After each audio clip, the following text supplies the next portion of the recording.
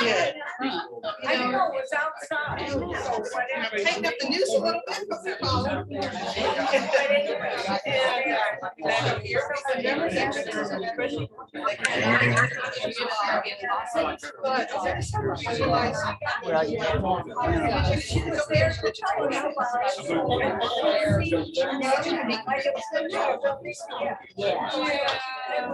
And so we decided to start. Good morning, folks. Good morning. Great to see you all here. I think it's just about that time. We don't want to lose too much of our time hearing from Christine about her adventures over in Poland and the Ukraine. So let us Blow your whistle. That's the old blow your whistle. the Lord be with you. And also with you. Let us pray. Most holy God, we give you thanks and praise for this beautiful day. We thank you for the many blessings that you've given us in these lives. We thank you for Christine's ministry and the many ways in which she has shared your love through the many, many gifts that you have imparted to her. We thank you for bringing her to be with us today and to share a little bit about her experiences, the work that she has done in your name. In Jesus' name we pray. Amen. Amen. And welcome home. Great to see you. I'm kind of struggling connected to the photo. So we'll see if it works. Okay, Barbara's, I'm sure helpful. Could be. I'm gonna try one photo and see if it works. Nope. Barbara? You're too far away, Barbara. What's the matter? I'm an awful millennial. Having trouble screen sharing, I guess. I'm gonna show selected. All right, maybe that'll work. That's so funny. Hi. Hi. For those who I haven't met, I'm Christine. I am a curate, a new priest in Cyprus at St. Aidan's Episcopal Church. And yeah, I was your seminarian for 2 years, from 2019 to 2021. So just right smack in the pandemic era. There was no group I would have rather spent the pandemic with than this one. I miss you all a lot, so it's good to be with you all. I want to talk a little bit about what got me to Ukraine and Poland, and then just kind of what we did there. I've been involved in crisis and disaster response ministry for many years, and really just medical side of it too, outside of the ministry part. And this was my last kind of medical mission. I think that was it for me, and it just transitions into chaplaincy from then. But I've done a lot of work with hurricanes, school shootings, so natural and non-natural disasters, and it's something that I've always enjoyed doing. So when we look at a crisis or a disaster, we're looking at three kind of phases broadly. Your rescue phase of getting people out, saving people, animals. Then there's a relief phase, which I've done more of, and that's working with the people in the immediate aftermath of trauma, and then also gutting houses. So just kind of that relief that you see a lot on TV after a hurricane. And then there's the recovery, and recovery can last a long time. We're still in Hurricane Katrina recovery. When you look at the war in Ukraine, the recovery it'll take a very long time because infrastructure has just been destroyed. Hospitals, schools, electrical things, the pipes, everything's been targeted. So it's going to take them a long time to be able to just go home. So when I was ordained a priest in February, on February 2nd, and within 3 weeks, the war in Ukraine broke out. My immediate response was to go, but the first thing we learn in disaster response work is to never self-deploy, because that's when you end up being a drain on resources, things happen, you have to wait to be invited. Within a couple of weeks of that, I took parishioners to the Holy Land. And so Israel and Palestine, we were around there. It was my first night there when I got the call asking me to come. And my immediate response was to take my little rolling suitcase and just show up. But I was wholly unprepared for what I would need. So finished the Holy Land trip with them, got back, talked with the rector at the church, who wasn't only just supportive of me going, he said, you don't have to use vacation time. This is going to be an outreach for our church. We'll help support you, but you have to ask the bishop's permission. So I did. I was so nervous he would say no, but he engaged in conversation with me and then gave me his blessing. And that's when I made the announcement and started kind of looking at kind of what resources I could take financially to them, and then also what they would need medically, like tourniquets and all these different types of battlefield first aid stuff. And so I started going to military supply stores, collecting them from people's first aid kits, the little Mylar blankets to keep people warm after they've been shot. So things like that. And I took a backpack I took on the Camino. It's just like a 32-liter backpack, and packed it with just some clothes and a bunch of medical supplies. On Easter Sunday, I celebrated Easter for the first time at the first service, led Christian Ed. Then the second service, during the announcements, I got the blessing from the congregation, and I walked out and went to the airport, flew to Amsterdam, and then to Krakow, or Krakow, as they say. And that was surreal. I'm wondering if I can You are show. not signed into the Zoom, it looks like. So It that's keeps getting me probably out. why. Yeah, kick me out again. But yeah, Krakow, when I landed, I was going to show you a photo. It was surreal. I've never been in Eastern Europe before, and that was kind of scary because it was something just so new. And I think we all connect with our experiences of things that have happened in the past that remind us of what we're seeing. And I've done work on the border with Texas and Mexico, and California and Mexico, but I'd never seen anything like this before. It's not letting me do it on my iPad. It won't let you share. No. Zoom to access your phone. Yeah, so that's when I keep going to change settings, and it's on selected photos, but it just won't share them. Okay, Barb. I can show you all them. She's coming. This is what rescue work looks like. So every time I try to go to selected photos, it takes me out of the Zoom, and then it just kicks me back to starting again. Just go from there, go to share. Just gonna mute it. And then the share screen. So then it kicks me back to changing settings, what I just Okay. did. Instead of doing that, just go to share screen. Oh, not share content. No. Right there, the share. Oh.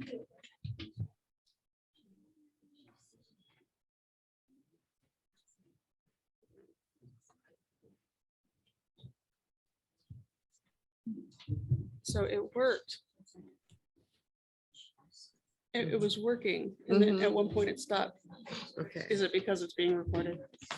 No, it shouldn't. That's when it stopped. Hit the screen. Start. 2, 1. Think it's gonna work? Oh, they were there for a second. You are. Okay. Go here. I have no idea what's happening. Oh. There, all right. Hey, Yeah. honorary millennial. So this was right as I was about to be blessed to go out, and I'm hearing feedback, so I'm gonna try to. This is St. Aidan's, and that's the rector, Les Carpenter. He is my mentor there. He's been absolutely phenomenal in being supportive of this whole process. So did the Eucharist, headed out to Okay, Poland. let's, This is as I was landing, and so it looked really nice and green, and that's what's kind of scared me, because I expected something. I don't know, Poland's not at war right now, but I just expected there to be this hustle and bustle. But when I got to the airport, I was picked up and taken to the old city of Krakow, and immediately I saw the US troops. And kind of the bustling of everybody around there. So I had a little bit of time to, is there a way to turn off that echo?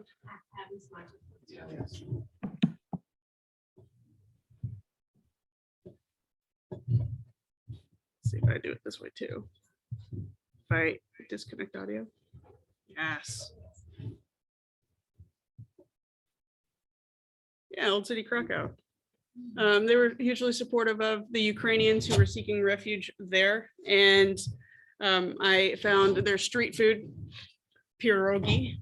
If you've ever had it, it's so good. And their sour cream there is unreal. Like I think about it all the time. That's the problem with travel is we start craving the food that we can't easily get. And I never thought I would crave sour cream, but that is such an amazing dish there. They have food all over the streets. And I was trying to experiment or try some of their food before we went in because it was just going to be gross food from then on out. So just from what we could access. So they gifted me with some Ukrainian Easter eggs that they hand painted and they were kind of giving to us. So I had the first 24 hours to orient to what would happen.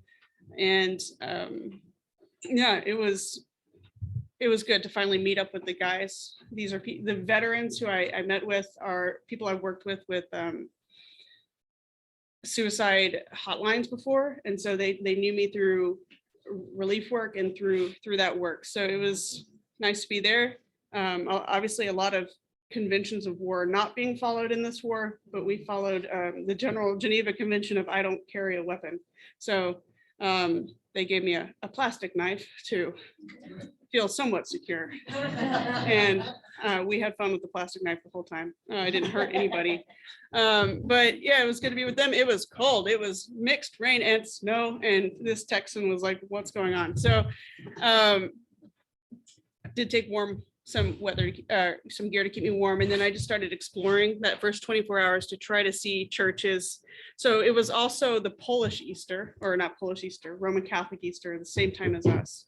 By the time I was leaving, it was the Orthodox Easter. So Ukraine celebrates that. So it was neat to kind of bookend these experiences with the resurrection and death and resurrection, which was important to me with what they kind of had there. Yeah. So when I left Krakow, I took a train to this town called Przemyśl, and it looks like, I want to show you what it looks like. It looks like that P word says Przemyśl. So it took me a long time to figure out what train I was supposed to be on. Because I'm seeing like Przemyśl. And in their stops are called like Główny, but it looked like Przemyśl glowy. And I struggled, but once I got to Przemyśl, so that is a town on the border. I'm going to try to show it to you here. So there's Przemyśl, and so to the right you see Lviv. That's Ukraine. So that's as far as you can get to the border in this part of the country by train. And so once I got to Przemyśl, I was picked up by a wonderful English woman named Sarah Bewley, who had her English car, so wrong side of the steering wheel. And we went to a town called Medica, and I don't know if it'll show. Yeah, Medica is like the direct border with Ukraine. It's not even on the map. It's such a small town. And there was this old mall that's one story, very small, probably it's much like this building and then the church put together. And they converted it into a humanitarian resource center. So they were accepting about 1,500 refugees there a day, and they could only stay there within 24 hours. And then they were out on buses to the next countries, and they had more, and about over 500 children for each. I don't have many pictures from around that time other than being on the wrong side of the car. And then I think the kindest thing I did for myself on this trip was refuse to go in this tent. So I can see humans in all types of distress and disarray, but I cannot see pets and animals. And this is a pet clinic, but they were taking care of the dogs and cats as they came. So I was really grateful for them for doing that. They gave us all tests. And so these are the different buses coming in from around England just to provide aid, immediate aid. As you might have seen in different disasters around Texas, people bring stuff that's not needed or not helpful. Someone brought a truck of ukuleles, like hundreds of ukuleles. They don't need those. So that presents a problem. People get overloaded with things you don't need, and you have to find the space of where to put all the ukuleles. And so luckily that van was filled with diapers, and that was actually needed. So World Central Kitchen, I cannot say enough good things about them. I know there's some documentaries going on right now about World Central Kitchen. They're saving lives. They cook good food and provide it to people who, and it's familiar food to them. So it's good for their digestion, and they saved us, and I'm so grateful for them. So yeah, World Central Kitchen, I'll always support them after that. They were attacked in Lviv. I believe it was Lviv, might have been Kiev.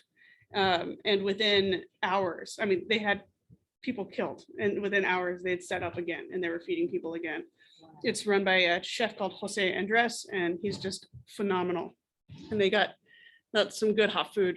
There was something about that experience there that I can't show pictures of that, but it reminded me of the humanitarian resource centers that we have on the border here.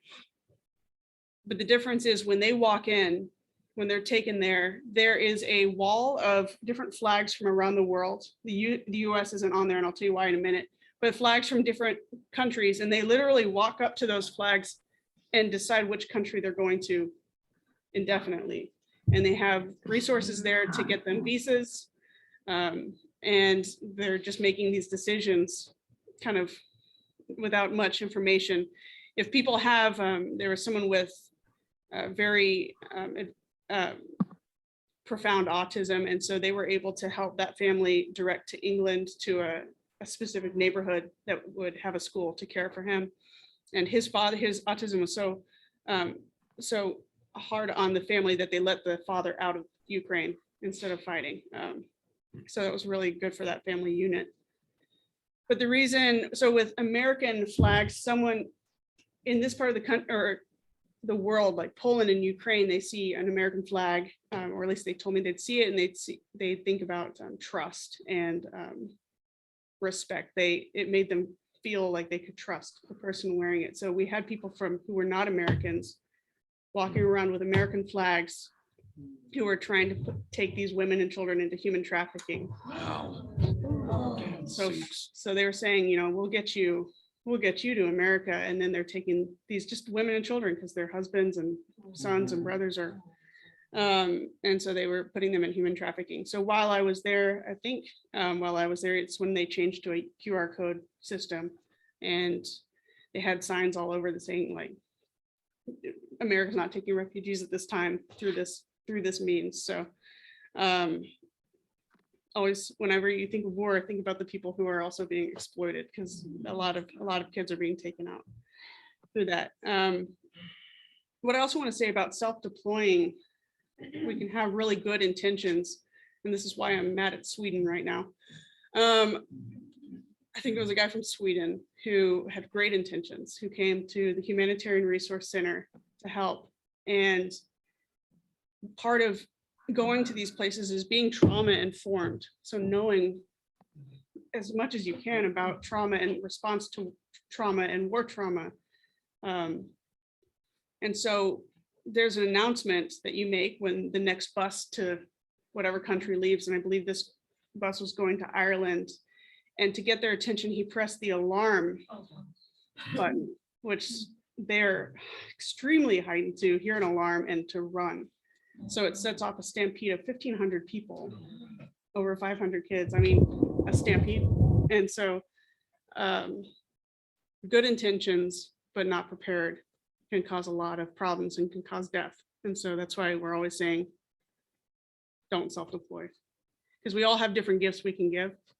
And certainly everyone was using different gifts there, but you don't just kind of go in and just assume that you know what's going on, because that's just so harmful. This picture is heading from Medica, that humanitarian resource center, which is on the border.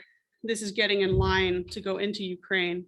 At this point, it went from very easy to get into Ukraine to a 5-mile line to get into Ukraine, because at this point, mothers were trying to get back to their sons to see how they were doing, or to just to be with them, or to get more of their supplies to try to leave again. So it was pretty, oh, there's Medica. Yeah, it was pretty kind of busy at that point. This is us walking up to the border. And what we saw on TV with all these tents and all these supplies when they arrive is exactly what I saw too. These people from around the world offering places for them to charge their phones and to get to resupply on anything, because this is where you walk into to walk into Ukraine instead of driving. So this whole area was just for was just for them, and they had everything in Polish and Ukrainian, and they had some language in Russian because they all understand it around that area. The guy in white is a British Royal Air Force or Navy officer who was coming around with us.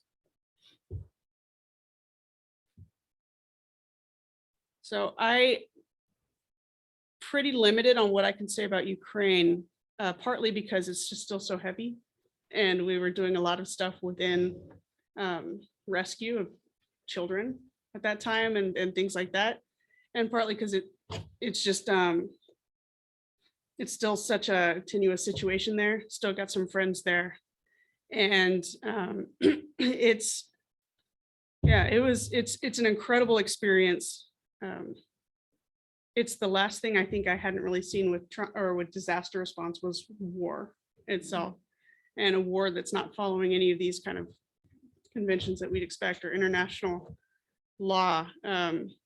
While we were there, we learned, unfortunately, through a hard way, that people were being like bombed, and then you run in to help the survivors, and then they'll wait 20 to 30 minutes and bomb the exact same spot to get the survivors and all the rescue workers. So they're trying to target rescue workers, so you can't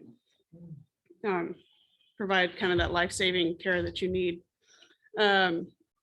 which is awful. I want to kind of take a break at this point and ask if there were any questions, because it's a lot easier for me. Yeah.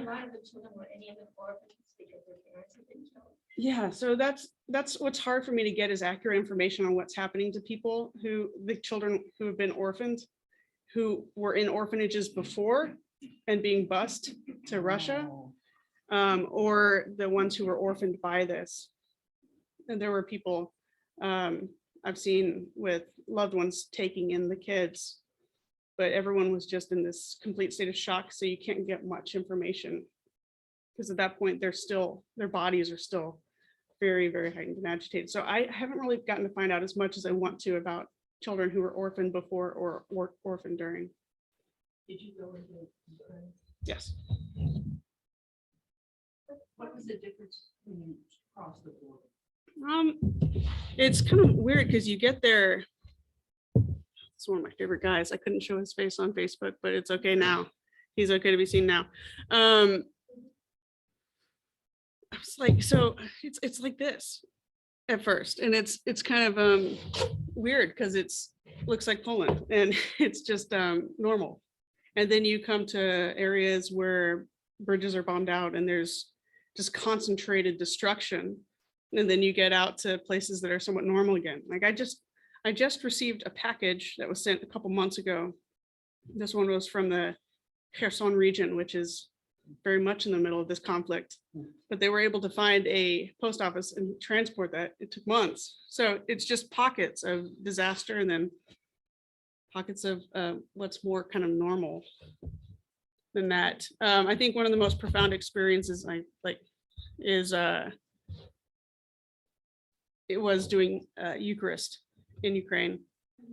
And so that's a Polish bagel. So so stale, but I took it with me, and because I just knew that would be special to one of the guys I was with. And it was amazing to do that. And I was still a very, very new priest, but I was nervous, but it was awesome. And he took that picture of me doing that, which was, yeah, it was just in the middle, this book ended of Easter, to have the Eucharist and something with familiar words in English. I am a huge fan of Google Translate. I wonder if I can show an example of what it was doing for me over there.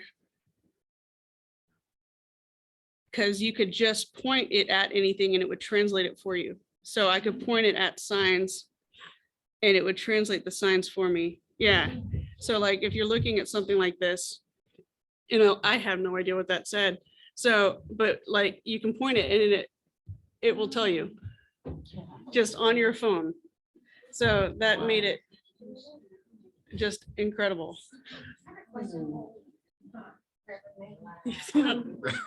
about the Bishop. folks that are over there like you? Who is ministering to you to keep you sane, Yeah. basically, and not burned out? Because my younger brother's friend did the World Kitchen. Yeah. and I mean, Yeah, he you did told me weeks about that. after weeks after weeks, but then he just burned out completely. Yeah. and took off. So I guess that's my concern. Those fabulous people over there like you, who's there to keep you off? I think nurtured and knowing? intentionally no one, because you're just compartmentalizing it. And you have to. Like I had a friend from seminary die while I was there. And I called my spiritual director. It's like, I have to come back. She's like, no, that's going to be even more dangerous. You have to stay. So she helped a spiritual director and a therapist who I was keeping in contact with, helped me kind of just compartmentalize that, deal with it when you get back. And within minutes, I was good to go. I had care in Poland.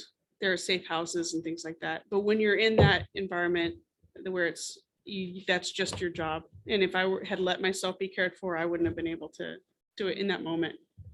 But I knew I had an amazing support system in this diocese through the bishop and then through friends and different caretakers. So I had people checking in, but I had to disconnect while in that kind of border area. Christine, can you tell us what you physically did in all of this other than just being present? I can't, since we're recording it, but maybe a side conversation later. Yeah, but it was a lot of a medical response work.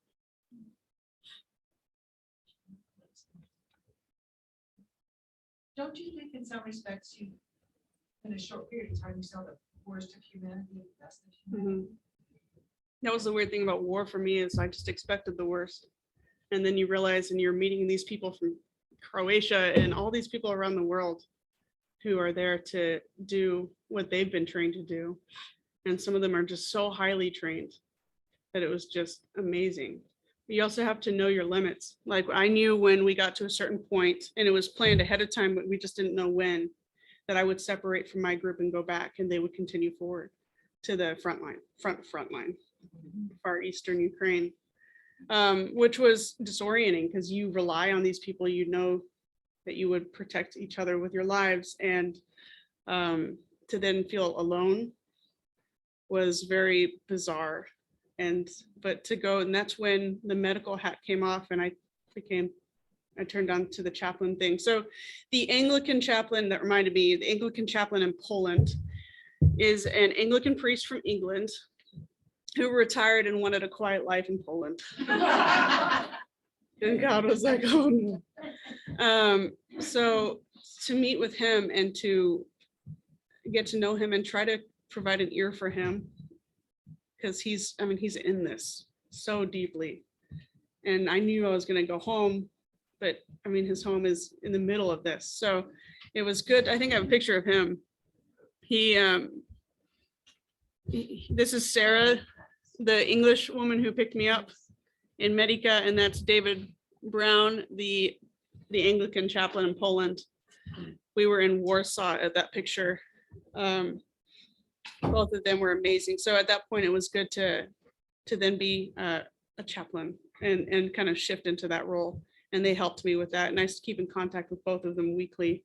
Or I try to with Sarah. She's always doing stuff to help. So it's hard to keep in contact with her. But She's Yeah. still over there. she recently came back to, I think within the past month, maybe, came back to England. And she was still helping, she said, with transporting things through the channel.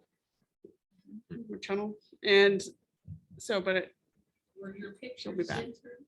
Could you just take pictures of anything? no, well, a lot of it was so graphic. So partly for privacy, partly because there's no time. And why would I take those pictures? They have journalists doing that. And they're doing a wonderful job. Journalists are working hard through even TikTok and things to show what's happening at the moment when you can't really see on kind of traditional news media in different countries. This is still going on, Yes. right? And so what can we do sitting in Marble Falls if we want to help now? Yeah, I think it's finding what matters to you. I know all of it does, but like if there's a niche part of it, like if World Central Kitchen is important to you, that's a great way to help. Or through the Anglican chaplaincy, or there are groups who are transporting things just back and forth. A lot of Americans back and forth across the border. So if it's kind of financial resources, things like that. Otherwise, I think that there are also ways through letters and kind of just showing support in different ways. But I think they're asking, we have a short attention span with disasters where we move on, and you kind of have to, but then they're feeling kind of forgotten, which makes sense. And because they're in the middle of this, and that's also very typical for a disaster, to have this honeymoon phase of everyone is helping, and then it just goes, now people are rightfully looking at Iran and kind of other things happening, but we still have people in pain all around the world. So if it's not Ukraine, there are a lot of places who have refugees or places who need help. But is there a particular agency that you would say that you could, other than the world? I think I trust this chaplain, the Anglican chaplaincy in Poland. We sent money directly to him. So money that you all sent went directly to him as well, or to his chaplaincy, not to him. And they're already showing how that's being used. They're even using it on housing through having British citizens take them into their houses and paying for them to be able to do that. That was within the immediate aftermath. And so it's evolving. And they know the underground organizations that are working hard, and instead of just kind of guessing or doing some where it's going to go to a CEO and not to the people is important. How did you communicate with people from all over the world doing the same, working together? Like with language. Yeah. Thankfully, English is very generally understood language, but other than that, Google Translate, like I could say in English and it says it to them in Ukrainian, and then they say it in Ukrainian. And what was interesting, I recently saw it, and I can't read the transcript yet, but someday I will.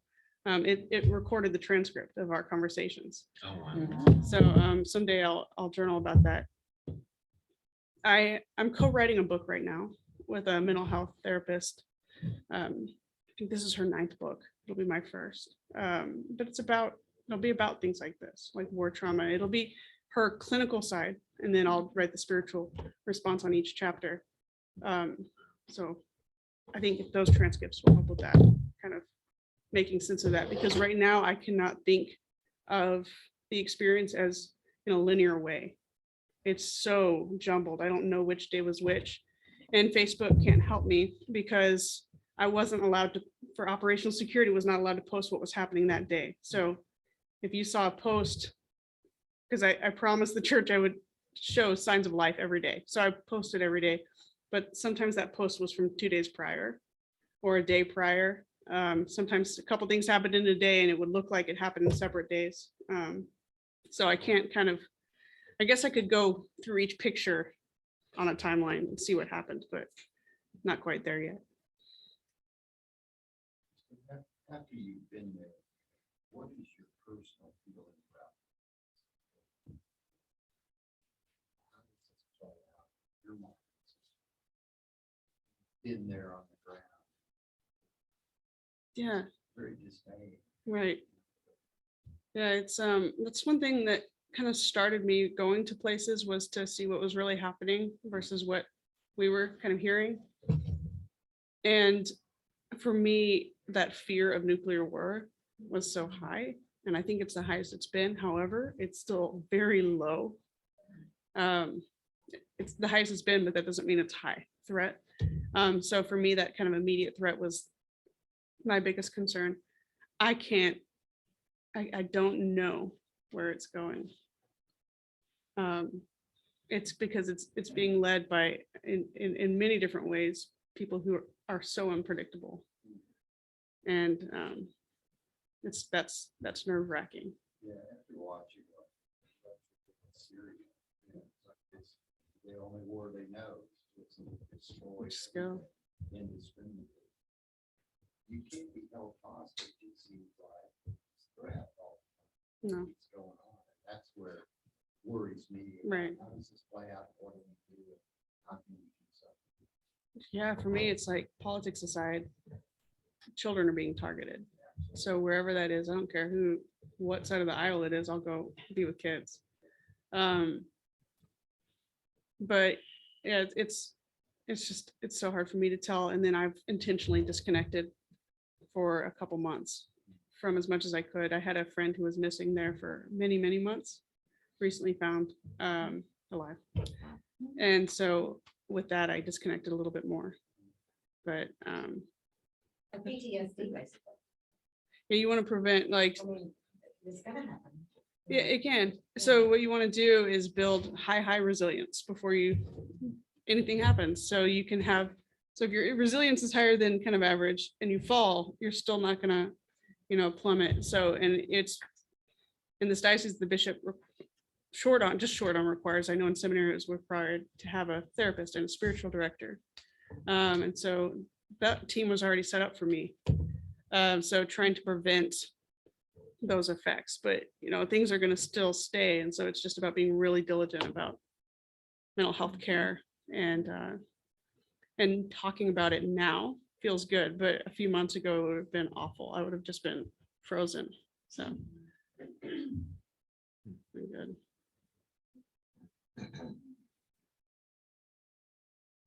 It was weird going to the Baltic. So I got injured in Ukraine, and I did not want to accept any medical care there, because you're taking resources away. So I left. I went up to the Baltic Sea, where it would not be taking medical care away from them, and got care for what I needed. And it was a really bizarre thing to then be in the very small part of where Poland and Russia meet. That's Russia right there. And so to be so close to Russia and to be in this beautiful area with, it's kind of a seaside resort town. And I was able to do some work with some people there, but most of it was focused on recovery from that. And it was beautiful and haunting, because most people aren't there at this time. This is April. So yeah, it was good to get the care I needed. And that's another thing that I learned in seminary, is to get the care you need as soon as you can. And so it doesn't fester. And so, yeah, that was good. And then it was back to it. I left from there, and intentionally what I learned with disaster response work was to build in space. So I put about a 24-hour layover in Amsterdam coming back, so I could have that space to just be away from Poland, but before coming back to Texas, and to just be. This is in Krakow, but to just be. And yeah, Amsterdam's a weird place. As I said on Facebook, it smelled like Willie Nelson. And there are different colored light districts and I didn't know. I had no idea what I was walking into. So when I accidentally walked into a certain area, I was like, they're gonna know I'm a priest. And I got out so fast, but it was bizarre to go from like to hop these different experiences. And to see people at the airports praying before trying to leave, praying over them. Since I went to the airport right after in the middle of church, it was the first time I didn't know I had my collar on, and I was like, why is everyone looking at me in the airport? And so then I took it off. I did not wear it except once when there was a kind of a last rite type of thing. And it just felt kind of right to do that with a burial, but no. It's also weird in that part of the world for it to see a woman in a collar. They understand chaplain. And the Anglican chaplaincy was very much accepted. I didn't get grief from anyone. They were just glad to have people there. But it's just, I was aware that it might kind of be distracting and I didn't want to be distracting. Yeah, I had a vest and different things that indicated chaplain and medical stuff. But I mean, you can see the tears, like they were so in pain. And it's just they're just people, right? When you go to these places, you realize it's not just these kind of two-dimensional, these are people just like us, just wanting what's best for their kids and for their country. And they're pleading to get help. And there are people, when I think about the enemy that we talk about, and then I saw these children from Russia coming to fight, I was like, they're not the enemy. Like, these are children too. These are teenagers fighting old men's wars. And it's just, it wasn't fair on either side. And so my prayers are with the Russian troops who are devastated right now, and their accountants and students and CPAs and priests and everyone who are just like not even handed the right gear and told to go fight. So please keep them in your prayers, because those are the casualties.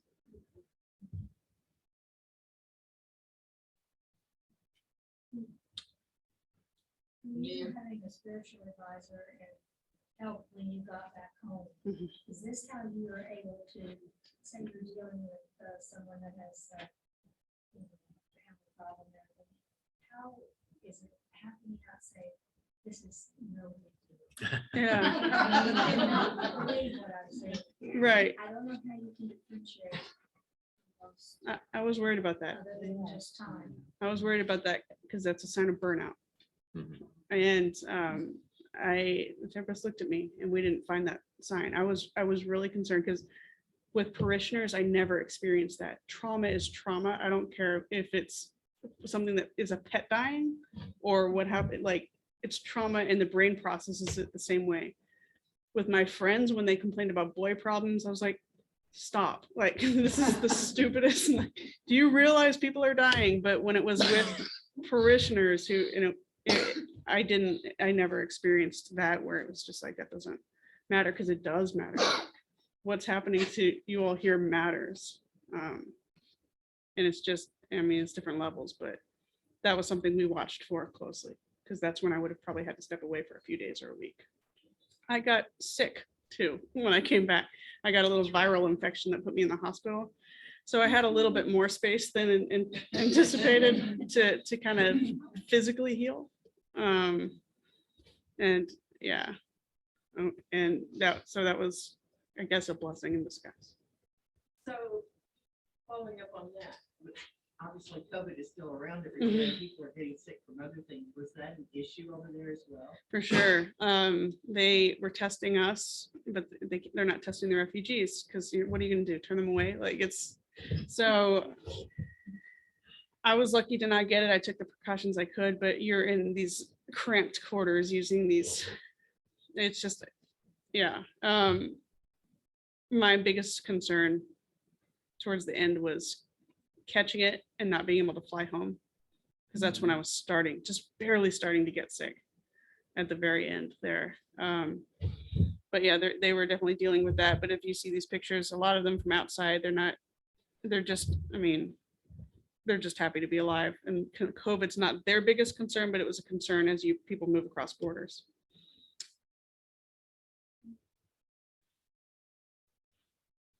What's the answer? Will there ever be one on Monday? Yes, what's the answer? To the last one. To What's the answer? to this situation? I don't know.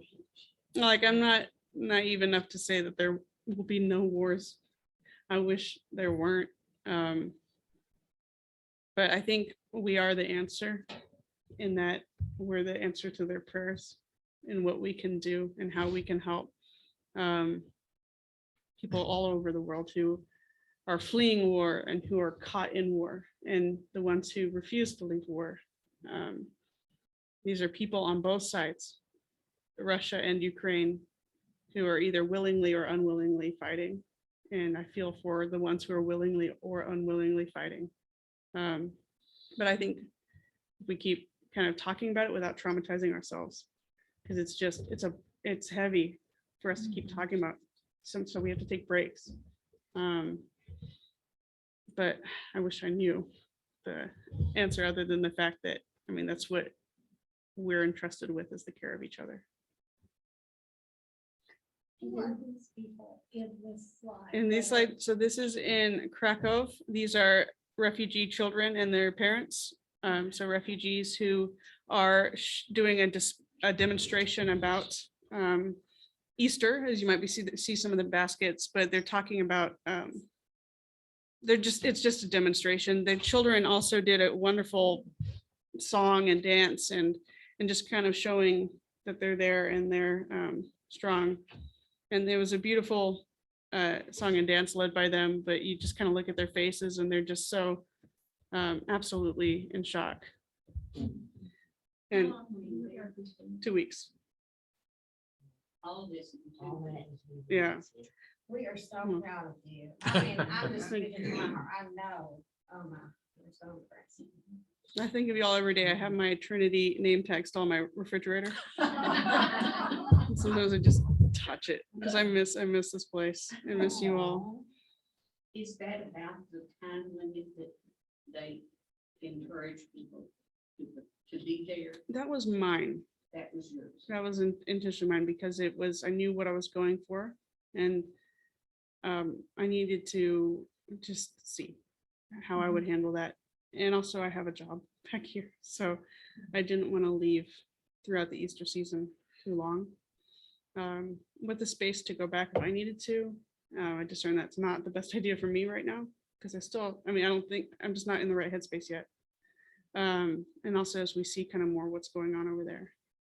But for me, 2 weeks was good. If I'd stayed longer, I would have been sick in Poland. And you knew going in that that's what you were going to say. Yes, I had once the bishop gave me the okay, I bought my tickets immediately. After being assured that it's okay to leave halfway through an Easter service. I bought my tickets. I don't know if y'all remember Ryan Hawthorne, the other seminary. Of course, she sends her love. She's jealous that I'm here with you all. She misses you all, so she asked me to say that. I forgot to say that at the beginning. And where is she serving? She's at Palmer Memorial in Houston. Oh, wow. Yeah, big church. She and Noel are doing well.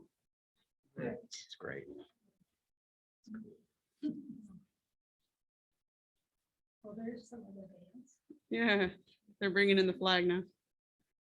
It's Hmm. kind of, yeah, just teenagers. Yeah. And it was, It's so healing now, isn't it? yeah, and I have a video of them singing their national anthem, because after this, we all held hands and backed up into this massive circle around the square, and they sang their national anthem. And it was, I think I have a picture of them circling. There. Oh. Mhm. Did you come back with new friendships Oh, yeah. Yeah. other than chaplain?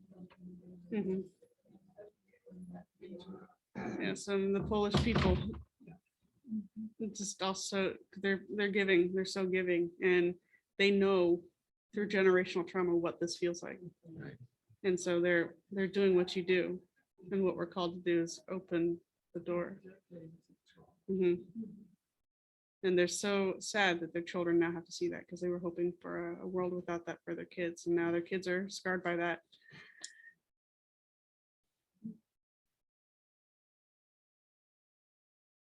And when the children go across this border and are refugees, are they even involved in trying to do schools or what kind of? And in the ones that I saw, they're trying to get them back into a routine pretty quickly. So depending on what country they went to, they have time, but just to be around other kids. And from Ireland to Poland, getting them back into just some sort of routine that feels safe. And it's, I hope, in many cases, it would be without grades and just let them kind of be present. Because I think about seminary during the pandemic, for the first semester, they stopped grades, and it was just listen, see what you can take in. And that was, I mean, different from this. So when I was in the humanitarian center in this children's room, it was a wallpaper of all their pictures they drew, and it was all missiles and helicopters and war scenes. So they're processing it. They're doing what they should do to process it through drawings and things like that. But they've got a long time to heal from that. They have reinstated grades. Yes, they did. Well, I'm so sorry. We didn't have them when I was there. We did away with grades I for a heard long about time, And somebody like, had the bright idea to bring back grades. and attendance. Yeah. Yeah. I know the person who made it so that they take attendance. My dad was largely the one who got rid of grades. Really? So they, I'm yeah, not surprised. so by they that. waited until he retired, and then they brought him back. Yeah. Oh, he's still beloved there. There's no grades in parish work. I get emails on Monday that says something different. This decision you made. No, I love curacy. It's that first 2 years of ordained ministry, and the diocese was like, enjoy it. It's the last time everyone will love you. I'm trying to soak that in, that before, not I everybody loves me. was thinking about how, priests are called reverend, and then you got the right reverend, the very reverend, the most reverend. The very most. I want to start a movement to call curates the kind of reverend. Kind of Yeah, reverend. I like that. That fits. Somewhat reverend. Is kitty, is that a kitty or a dog? That's a kitty who got rescued. Oh, man. Yeah, that was at the airport flying back. There's so many, trying to get out of Poland was scary for me. There was some stuff going on that made it scary. So I spent the night in the airport trying to make sure I'd be in line. But I met this woman and her kitty who she rescued, trying to get out of Poland as well. And we both got to Amsterdam safely. Christine really seems to have personal insight and intuitive things. Work on you taking care of yourself. Yeah. You seem to bring yourself with it and all the skills. And I know you cultivated some of those, but you have to have a sense of intuitive about yourself. When to hold and what to hold. I think that's a thing. We're all just called to different things. And to find it is that sweet spot. I would imagine your family Oh, God. was in trauma themselves. Oh, my mom. Yeah. Poor mom. Yeah, there are a lot of things I didn't say until I got back, and especially like, I'm just going to Poland. That's all. And then when I'm there, she saw some updates, was like, that doesn't look like where you are right now. So they're very patient and very kind to not put their anxiety on me when I'm in something like that, and to hold it until I get back. And my poor guardian angel is probably exhausted. This is our staff getting on. I'll show you right at the end. I got on a staff meeting with them from Poland. They wanted to see for themselves that I was okay. So that was great. Yeah. That's it. Well, Keep thank you them in your so prayers. much. We sure will. That's the group you went over with? No, these Or- are some other guys. Okay. But those are the joy that you'll find in a lot of Ukrainians to fight for their homeland. So keep them in your thoughts. Well, Such a dumb question. Did they give you a helmet? No. No. It's about kind of getting those resources to people who need them most. And like people going far east needed that most. I brought a lot of my own kind of protective stuff, but I was also not at as the same amount of risk as people as these guys. But if you go in to help a group that has been bombed and then the bomb comes again. Yeah, I don't know if a helmet's gonna help me at that point. Before I did go, I wrote my funeral planning because you just don't know, and I think that's important for us all to do. Yeah. So that our family doesn't have to make those decisions. And I gave mine was so mean. I gave people roles that they would have hated. I was like, you're gonna feel so bad if I die over there that you're gonna read in front of everybody. Y'all are gonna put a bell tower up. It's gonna be awesome. Probably bring you home. Yeah. Right. Could you please come back? Yeah. Yeah, but I mean, that's a plug for just funeral planning. Yeah. You meet with Dave and we call it the big book of death at St. Eden's. the big book of death. To put it in there, and get it out of the way. We call ours graceful exits.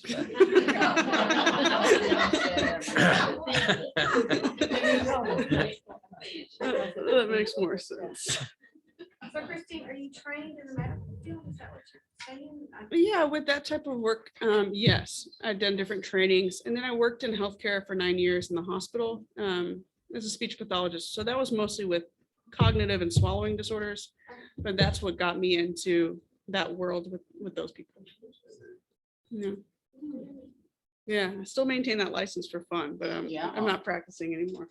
Because what if they take my collar? And what do you do when you see a child who needs speech and language And I wait to see if the parents say anything, because that's not my role Yeah, anymore. you're not gonna say a word. Unless I notice something that looked like something that would get worse, then I might say something. Yeah. A family with a child who was very autistic. Mhm. Did you see that kind of diagnosis, I guess, I would say, on a lot of people? I didn't get time to really see. It was just about responding quickly. So, and people are in shock. So I don't know what their baseline is. He was not someone I cared for. It was Sarah Bewley, who was working hard to get them the visas to the United Kingdom. But yeah, they're all, I mean, just like kids here, all types of abilities. Well, thank you. If y'all want to stick around, I got to go get vested and we need to get ready for the next service. And I'm gonna go ahead and end the Zoom meeting. But boy, thank you. Of course. Thank you for your Thank you all. work. Yeah, boy.